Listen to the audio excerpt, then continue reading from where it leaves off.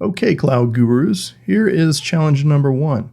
Now, if you recall, you're going to get a challenge up on the screen, and I want you to budget yourself 2 minutes. Why 2 minutes? Because 2 minutes is the amount of time you should budget yourself per question on the exam to be sure you get through all the questions. So when the question comes up, give yourself 2 minutes, jot down some answers, and then we'll walk through the answers afterwards. All right, here you go.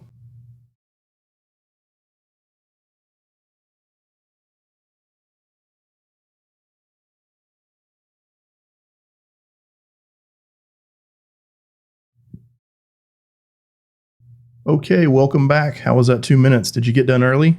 If so, great. If it took you longer than 2 minutes, then just keep working at it. So if we walk through this question, we're using the Cloud Adoption Framework to create an agenda for our kickoff meeting.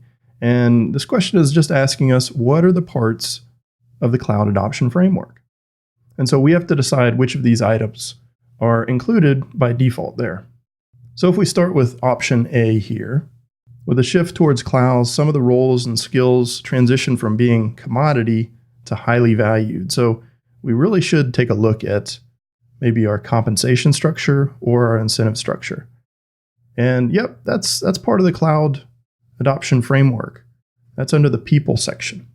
So option B says, because customers may be impacted with the transition, the organization needs to consider an appropriate way to communicate this transition to external stakeholders. Well, there should be some considerations for stakeholders, be it internal or external, but the Cloud Adoption Framework doesn't specifically call out the need to communicate the transition to those external stakeholders. It may be something you want to do, but ideally you're not going to have an impact to your external stakeholders because you're going to design this process very carefully and very methodical about your approach. So B is not part of the Cloud Adoption Framework.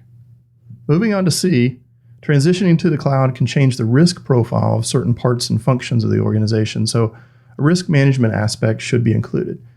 Absolutely. Transitioning to the cloud opens up some new opportunities, but it also surfaces some new risks, maybe some new threats. So this is something that definitely should be considered, and it is part of the Cloud Adoption Framework.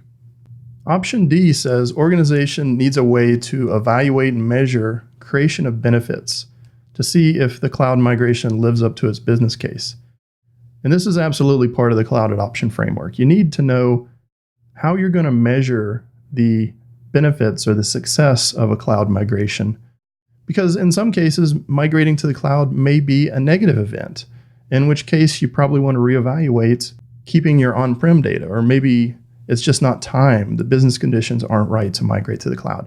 And the only way you're going to know this is if you decide up front how you're going to measure it. And so this is absolutely part of the Cloud Adoption Framework. For option E, we have the organization should consider how their existing software licenses can or cannot be used in a future cloud deployment. And this is actually part of the Cloud Adoption Framework because in some cases, your existing software licenses may prohibit you from running in a multi-tenant environment. So you need to be sure that your existing software can be migrated to the cloud. And if it can't, what are you going to do about that?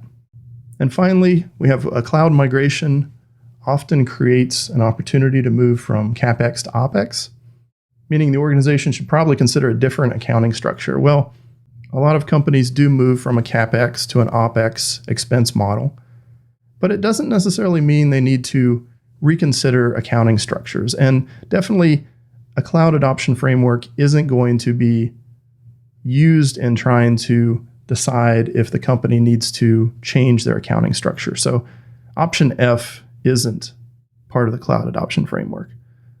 So our final answers are A, C, D, and E. How'd you do?